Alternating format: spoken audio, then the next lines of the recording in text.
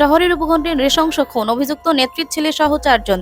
আমতলী থানাধীন বাবুল চৌমুহনীর পশ্চিম দুর্গাপুর এলাকায় গভীর রাতে নৃশংসভাবে খুন হন সুব্রত চৌধুরী।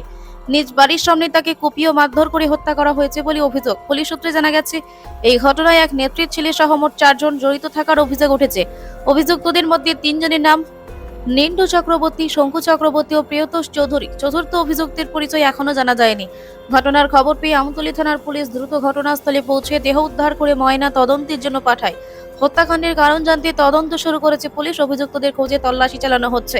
এই নৃশংস ঘটনায় এলাকায় তীব্র চাঞ্চল্য ছড়িয়ে পড়েছে। ঘটনা শেষে বাড়ি যেতেছে, রাস্তা আটকাইয়া তারে মারছে এবং গলা লাগাইছে। কে করছে এটা? নিন্টু চক্রবর্তী, শঙ্কু চক্রবর্তী, প্রিয়তোষ চৌধুরী। বাড়ি কোন জায়গায়? বাড়ি একজনের রেস্ট দুর্গাপুর হুজুরের গাঁও সবার, আর একজন হুজুরের গাঁও সবারই প্রিয়তোষ চৌধুরী। আপনার এক গ্রামে বাড়ি নাকি?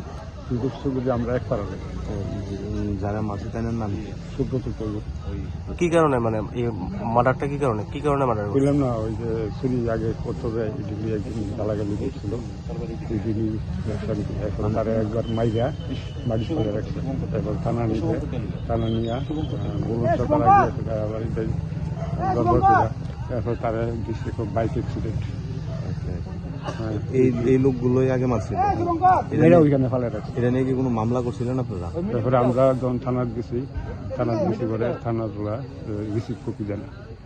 হ্যাঁ, এরপরে আমরা কোর্ট কেস করছি। কোর্টে থানার দ্বারা গিয়া করছে যে এটা বাইকে যেন দাস স্যার দেখেন স্যার। আজকে তাই কোথেকে এটা আসলো? আজকে তো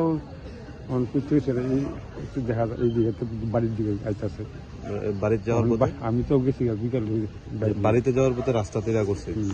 মানে আগে যারা করছে ঘটনাটা তারই? আমি তো 2 দিন ধরে তারা এখানে ফাঁকাইছে। আপনার কি হয় জানে? ছোট ভাই।